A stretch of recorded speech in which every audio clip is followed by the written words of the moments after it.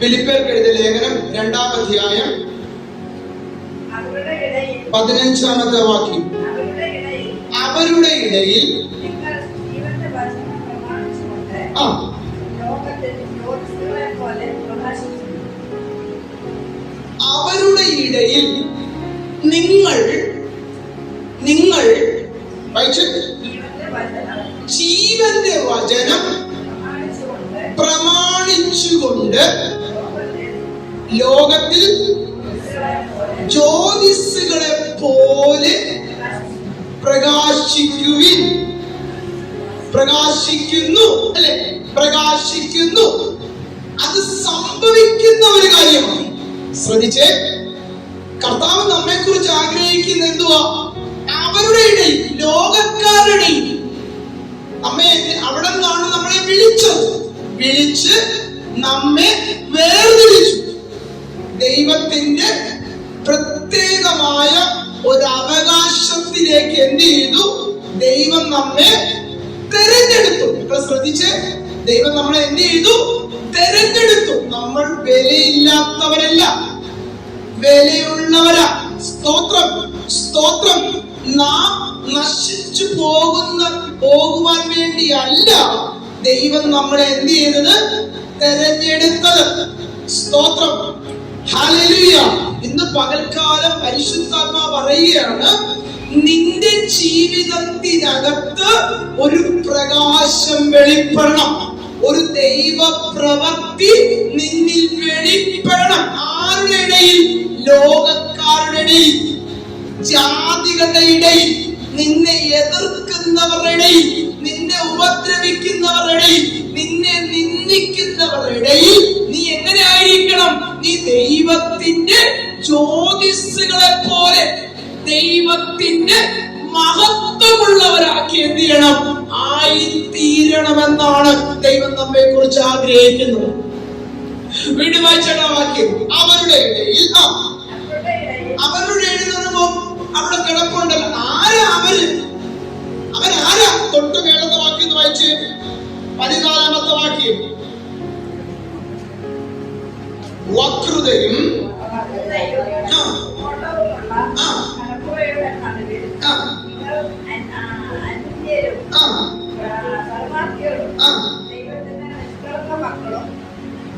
ആകേണ്ടതിന്. ശ്രദ്ധിച്ചേ, അവരുടെ ആരുടെ നിങ്ങൾ പാർക്കുന്ന ദേശം നിങ്ങൾക്ക് അനുകൂലമല്ല. ശ്രദ്ധിച്ചേ, നിങ്ങളുടെ ജീവിതത്തിനകത്ത് നിങ്ങൾ ഇപ്പൊ ശ്രദ്ധിച്ച് ഇവിടെ എഴുന്നേറ്റ് സാക്ഷ്യം പറഞ്ഞു കേട്ടില്ലേ? എന്റെ ജീവിതത്തിനകത്ത് എന്താ നടക്കുന്നത് നോക്കി നടക്കുന്നവരുണ്ട്. ഹലോ, ഒരു ചോദ്യമുണ്ട്. പ്രാർത്ഥിച്ചിട്ട് നിനക്ക് ഇതാണോ ലഭിച്ചത്? ദൈവത്തെ അറിയാൻ തുടങ്ങിയിട്ട് നിന്റെ വീട്ടിനകത്ത് ഒരു ചേഞ്ചും ഇല്ലല്ലോ കുഞ്ഞെ. ഇതാരാ പറയുന്നേ? ദൈവത്തെ അറിയുന്നവരല്ല, ദൈവത്തെ അറിയാത്തവർ, പാപത്തിൽ ജീവിക്കുന്നവർ, അനർത്ഥം പ്രവർത്തിക്കുന്നവർ, അനീതി രസിക്കുന്നവർ. ഹലോ, ശ്രദ്ധിച്ചേ, അവരുടെ ഇടയിൽ നിന്ന് എന്ത് ചെയ്തു? ദൈവം നമ്മളെ എന്ത് ചെയ്തു? തെരഞ്ഞെടുത്തു, വിളിച്ചു. സ്തോത്രം. ഒരു കാര്യം മനസ്സിലാക്കണം, നീ കിടക്കുന്ന ഇടം എവിടെയാ? സാത്താൻ പാർക്കുന്ന ഇടമാ. സാത്താൻ അധിവസിക്കുന്ന ഒരു ലോകത്താണ് നീ ആയിരിക്കുന്നത്. ഇതാർക്കറിയാം? ഇത് ദൈവത്തിനറിയാം. നിങ്ങൾ അനുഭവിക്കുന്ന പ്രതിസന്ധികൾ ആർക്കറിയാം? ദൈവത്തിനറിയാം. നിങ്ങൾ ഇന്നും കടന്നു പോകുന്ന സാഹചര്യങ്ങൾ ആർക്കറിയാം? ദൈവത്തിനറിയാം.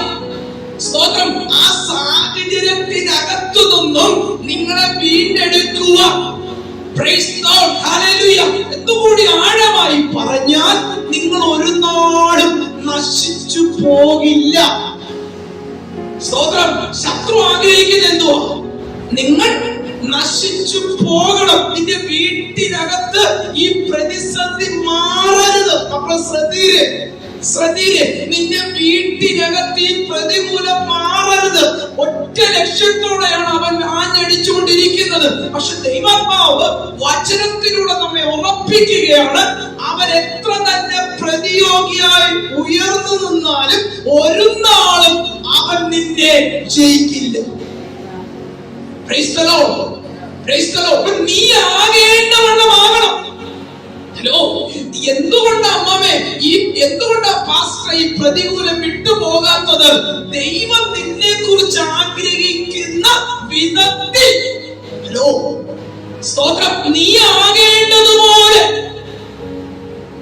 ഹലോ നീ ആകേണ്ടതുപോലെ, നിങ്ങൾ ആകേണ്ടതുപോലെ, നിങ്ങൾ എപ്രകാരമാണോ ദൈവത്തെ വിളിക്കുന്നത്, നിങ്ങൾ എപ്രകാരമാണോ ദൈവത്തെ അനുസരിക്കുന്നത്, നിങ്ങൾ എപ്രകാരമാണോ ദൈവത്തിന് ഇമ്പോർട്ടന്റ് കൊടുക്കുന്നത്, ശ്രദ്ധീരെ, നീ എങ്ങനെ ദൈവത്തെ കാണുന്നു, നീ എങ്ങനെ ദൈവത്തെ അനുസരിക്കുന്നു, നീ ദൈവത്തെ എങ്ങനെ വിലയിരുത്തുന്നു?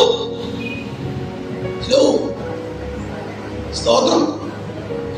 ഒന്നുകൂടി ആഴമായി പറഞ്ഞാൽ, പാപത്തിൽ അധിവസിക്കുന്നവരുടെ ഇടയിൽ, ഒന്നുകൂടി ആഴമായി പറഞ്ഞാൽ, ദുഷ്ടൻ വാളുകൊണ്ടിരിക്കുന്ന പിശാചിന്റെ കയ്യിലിരിക്കുന്ന ജനത്തിന്റെ ഇടയിൽ വക്രതയും കോട്ടവുമുള്ള തലമുറയുടെ ഇടയിൽ നടുവിൽ നിങ്ങൾ അനന്യരും പരമാർത്ഥികളും ദൈവത്തിന്റെ നിഷ്കളങ്ക മക്കളും ആകേണ്ടതിന്.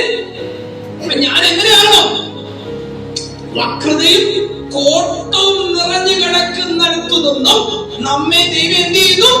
തെരഞ്ഞെടുത്തു. തെരഞ്ഞെടുത്ത ദൈവം പറയുന്നു, അവരുടെ ഇടയിൽ നാം എങ്ങനെയായിരിക്കണം? അനന്യരും പരമാർത്ഥികളും നിഷ്കളങ്കമായ മക്കൾ ആകേണ്ടതിന് ആകണം.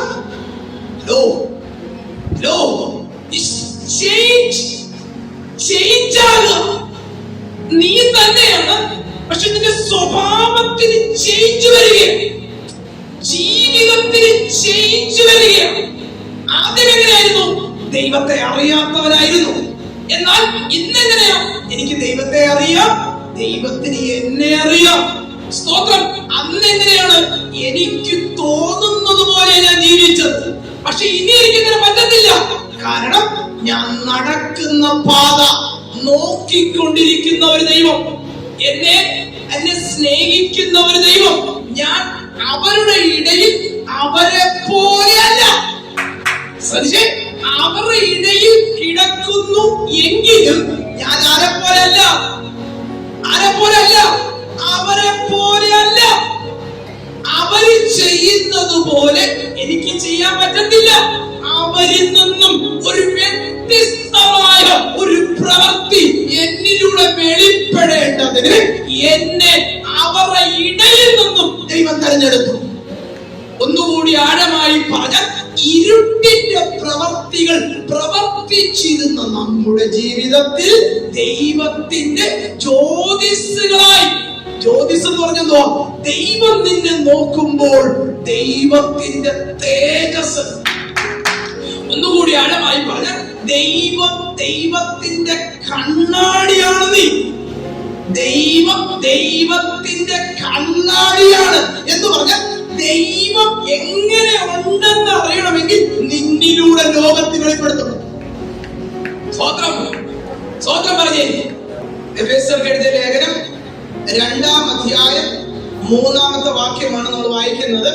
ശ്രദ്ധിച്ചേ, അവരുടെ ഇടയിൽ നാം എല്ലാവരും മുമ്പേ നമ്മുടെ ജഡമോഹങ്ങളിൽ നടന്നും ജഡത്തിന് മനോവികാരങ്ങൾക്കും ഇഷ്ടമായതും ചെയ്തുകൊണ്ട് മറ്റുള്ളവരെ പോലെ നമ്മൾ ആരുടെ മക്കളായിരുന്നു? കോപത്തിന്റെ, മറ്റുള്ളവരെ പോലെ പ്രകൃതിയാൽ കോപത്തിന്റെ മക്കൾ ആയിരുന്നു. മക്കളെ ശ്രദ്ധിച്ചേ, ദൈവത്തെ അറിയുന്നതിന് മുമ്പേ നിങ്ങൾ ആരുടെ മക്കളായിരുന്നു? ദൈവകോപത്തിന്റെ മക്കൾ. ഹലോ, ശ്രദ്ധിച്ച്, ദൈവ കോപത്തിന്റെ മക്കൾ. ദൈവ കോപം എന്ന് പറഞ്ഞോ, അനുസരണം കെട്ടവരുടെ മേൽ വെളിപ്പെടുന്നവനാരാ? പിശാച്. അകൃത്യം പ്രവർത്തിക്കുന്നവനാരാ? പിശാച്. അകൃത്യം പ്രവർത്തിക്കുന്നവരോട് ദൈവത്തിന്റെ കോപം സദാസമയം വെളിപ്പെട്ടുകൊണ്ടിരിക്കും. എന്നുകൂടി ആഴമായി പറഞ്ഞ, ദൈവത്തിന്റെ കോപം എന്ന് പറഞ്ഞാൽ പിശാച്.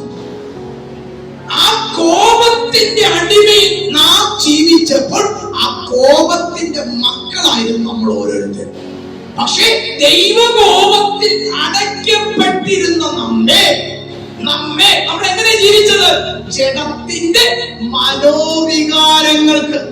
എന്ന് പറഞ്ഞോ, ജഡം എന്താണോ ആഗ്രഹിക്കുന്നത്, ജഡം എന്താണോ ഇഷ്ടപ്പെടുന്നത്, ആ ജഡത്തിന്റെ ഇഷ്ടമനുസരിച്ചാണ് എന്ത് ചെയ്ത് ഞാൻ ജീവിച്ചിരുന്നത്. മനോവികാരങ്ങൾക്ക്. സ്വന്തം തെറ്റ് ചെയ്താലും തെറ്റാണെന്നുള്ളൊരു ചിന്ത നമുക്ക്. ഹലോ, തെറ്റ് ചെയ്താലും അത് തെറ്റാണെന്നുള്ള ദൈവഭയം നമ്മളിൽ എന്തില്ലായിരുന്നു? ഇല്ലായിരുന്നു. നമ്മൾ എന്തിനും പ്രതികരിക്കുന്നവരായിരുന്നു. സ്തോത്രം. ജാതീക സ്വഭാവങ്ങളിൽ അടിമയായിരുന്നു. സ്തോത്രം. എന്റെ ഇഷ്ടം അത് എന്റെ ജീവിതമാണ്. ലോകം എന്നെ എങ്ങനെ കാണുന്നു, ലോകം എന്നെ ഏത് രീതിയിൽ പ്രശംസിപ്പിക്കുന്നു. ഹലോ, ലോകത്തിൽ എന്നെ ശ്രദ്ധിക്കുന്നുണ്ടോ? ലോകത്തിൽ എന്നെ അന്വേഷിക്കുന്നുണ്ടോ? എന്നെ ഒന്ന് ശ്രദ്ധിക്കുന്നുണ്ടോ? ഞാൻ ഇങ്ങനെ നടന്ന എന്നെ നോക്കൂ. ഹലോ, പ്രിയമുള്ളവരെ, ലോകത്തിലല്ല നീ നടക്കേണ്ടത്. ലോകത്തിൽ ജീവിച്ച് ദൈവത്തിന്റെ മുമ്പിൽ നടക്കണം. ലോകത്തിലെ നീ ജീവിക്കുന്നേ, പക്ഷെ നീ നടക്കുമ്പോൾ നീ ലോകക്കാരുടെ മുമ്പിൽ നടക്കരുത്.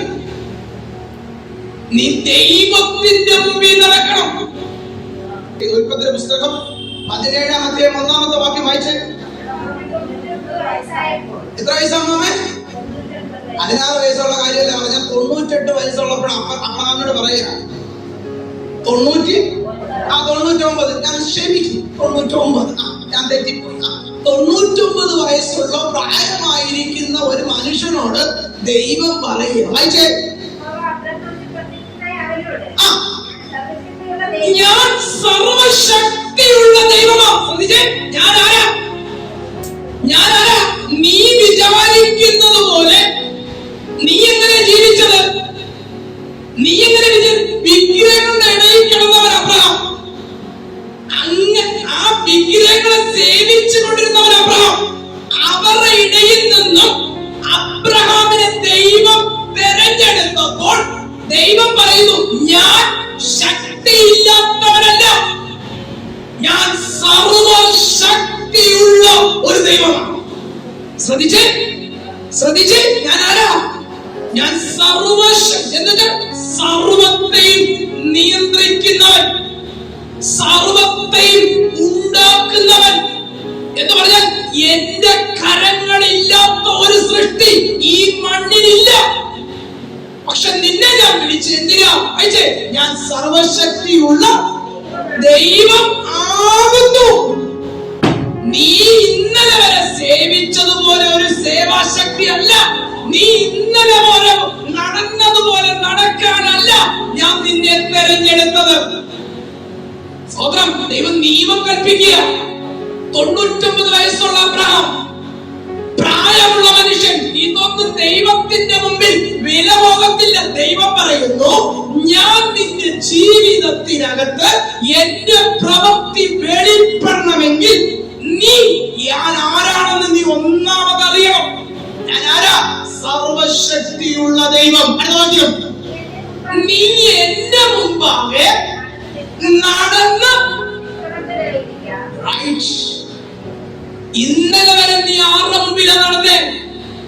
ലോകക്കാരുടെ മുമ്പിൽ, വക്രതയും കോട്ടമുള്ളവരുടെ, പാപത്തിൽ ജീവിക്കുന്നവരുടെ, സർവശക്തനായ ദൈവത്തിന്റെ മുമ്പിൽ വരുന്നതിന് മുമ്പേ ശക്തി ഇല്ലാത്തതിനെ അനുഗമിച്ചുകൊണ്ടിരുന്ന അബ്രഹാം. ഹലോ, വീണ്ടും വായിച്ചോട്ടെ വാക്യം, വായിച്ചോട്ടെ 12-ാമത്തെ വാക്യം, 12-ാമത്തെ അധ്യായം 2-ാമത്തെ വാക്യം വായിച്ചേ. ഉൽപ്പത്തി 12:2 വായിച്ചേ.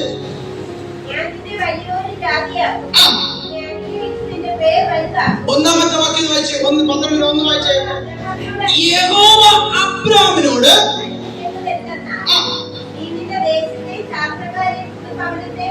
അപ്പൊ ശ്രദ്ധിച്ച്, ഞാൻ നിന്നെ അനുഗ്രഹിക്കണമെങ്കിൽ, ഞാൻ നിന്റെ ജീവിതത്തിൽ പ്രവർത്തിക്കണമെങ്കിൽ, ഞാൻ നിന്റെ ജീവിതത്തിൽ വസിക്കണമെങ്കിൽ, ഞാൻ നീ ആഗ്രഹിക്കുന്നതിനേക്കാൾ അപ്പുറമായി നിന്നിൽ പ്രവർത്തിക്കണമെങ്കിൽ, ഞാൻ പറയുന്നത് പോലെ, ഞാൻ എന്താണോ അരുളി ചെയ്യുന്നത് എന്ന് പറഞ്ഞാൽ, നീ ഇപ്പോൾ ആയിരിക്കുന്ന ഈ വിഷയം, നീ ഇപ്പോൾ നടക്കുന്ന നടത്തം എനിക്ക് ഇഷ്ടമില്ല. ഹലോ, നീ ഇപ്പോൾ ആയിരിക്കുന്ന ആ സാഹചര്യത്തിൽ നീ നിന്നാൽ എനിക്ക് നിന്റെ മേൽ പ്രവർത്തിക്കാൻ കഴിയില്ല. അപ്പൊ എന്ത് ചെയ്യണം? എനിക്ക് നിന്റെ മേൽ പ്രവർത്തിക്കണമെങ്കിൽ ഞാൻ പറയുന്നതനുസരിക്കണം. ഒന്നാമത് നിന്റെ ചാർച്ചക്കാരെ വേണം.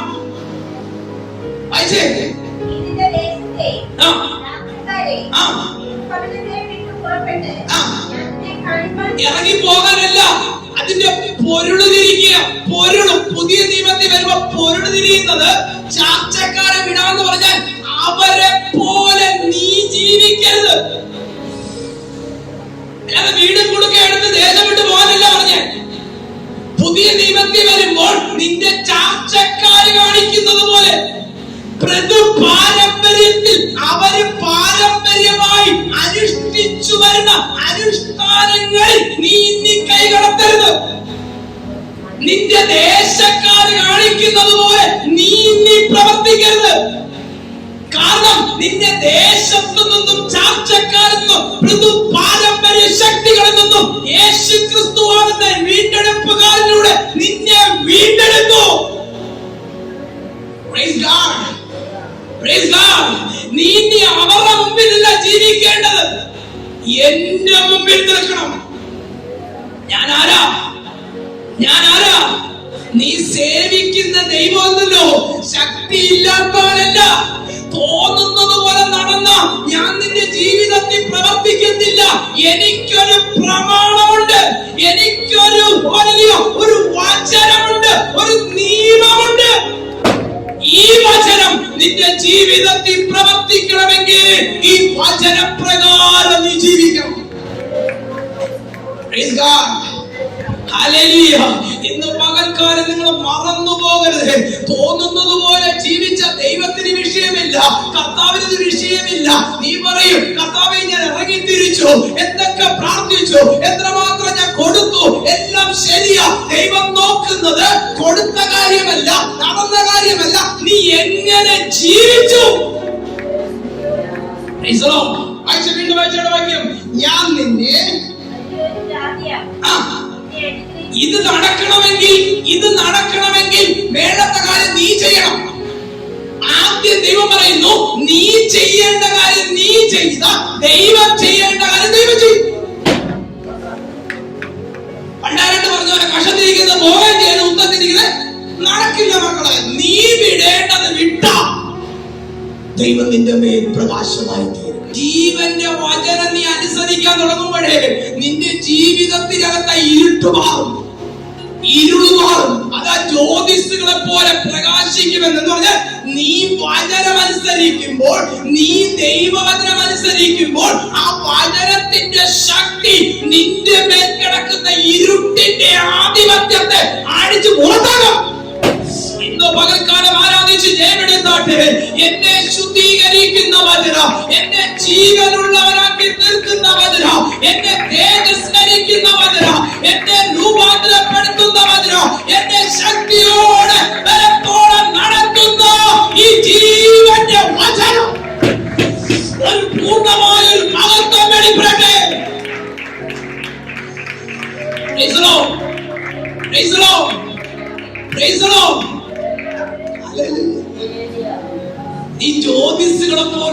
ചെയ്യണമോ?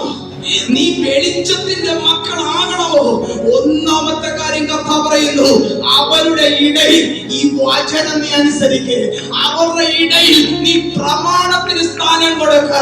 അവരെ പോലെ നീ ജീവിക്കരുത്. പ്രാർത്ഥിക്കേണ്ട സമയത്ത് പ്രാർത്ഥിക്കണം, ആരാധിക്കേണ്ട സമയത്ത് ആരാധിക്കണം, കരയേണ്ട സമയത്ത് കരയണം, ദൈവത്തിന് സ്ഥാനം കൊടുക്കേണ്ട സ്ഥാനത്ത് സ്ഥാനം കൊടുക്കണം. ആ സമയത്ത് നീ ലോകത്തെ നോക്കി, ലോകത്തിൽ ചില കാര്യങ്ങൾ തേടിയെടുക്കുക. ലോകത്തേക്ക് നീ ഓടിയോ, നഷ്ടത്തിന്റെ വലിപ്പം വലുതോ.